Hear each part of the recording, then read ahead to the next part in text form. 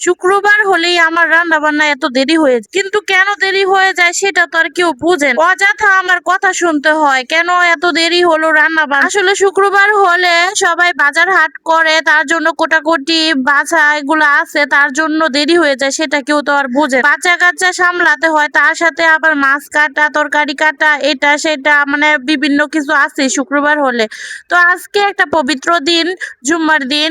সবার কি অবস্থা, কেমন আছো? আশা করি ভালো আছো। আমি আলহামদুলিল্লাহ কিছুটা ভালো আছি। কেন কিছুটা ভালো আছি সেটা তোমাদের সাথে শেয়ার করব।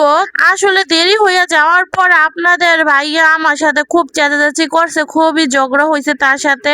এটা কেন আমি ইচ্ছা করে করছি বলে? এই যে দেখেন, এই জালিটা খুব সুন্দর করে কাটতে হয়, কারণ এই জালিটা খুবই খুবই খুবই খুবই কষ্ট করে নিয়ে আসছে আমার হাজবেন্ড। তার জন্য আমি চাই সবকিছু যত্ন সহকারে কাটাকাটি রান্না বাড়া করি, কিন্তু সেটা তো সে বোঝে না। তার প্রতি আমার কতটা যত্নশীল, কিন্তু সে তো আর বোঝে না, কি করব বল। আমি এখন এই জালি কুমড়োটা কাটতাছি, সাথে আমার মেয়ে খুবই আমাকে ডিস্টার্ব করতেছে, কারণ আমার বাচ্চাটা এখানে আমার সাথে বসে আছে, আর আপনাদের ভাইয়া জুম্মার নামাজ পড়তে গেছে আমার ছেলেকে নিয়ে। আর আমার ছেলে কিন্তু এখানে থাকলে আরো বেশি ডিস্টার্ব করতো।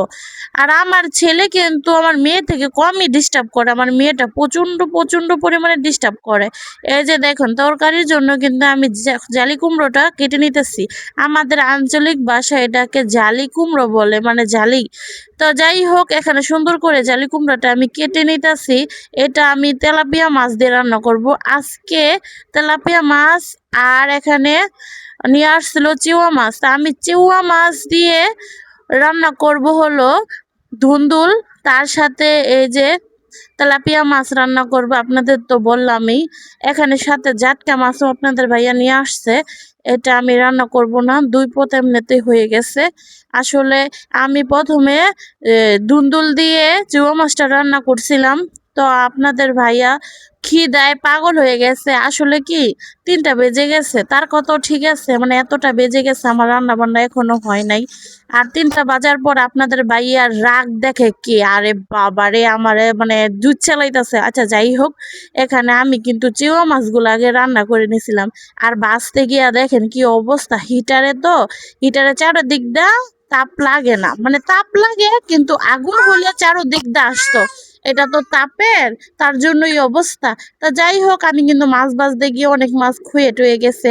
আবার মাছটা বসাই দিয়ে এই কাম সেই কাম করছিলাম, মাছটা পুরোই পোড়া লেগে গেছিল। এদিক দিয়ে যে ভাত রান্না শেষ করে এই যে চিংড়ি মাছের তরকারিটা রান্না করে ফেলছি। এখানে কিন্তু দুন্দুল দিয়ে চিংড়ি মাছ রান্না করছি।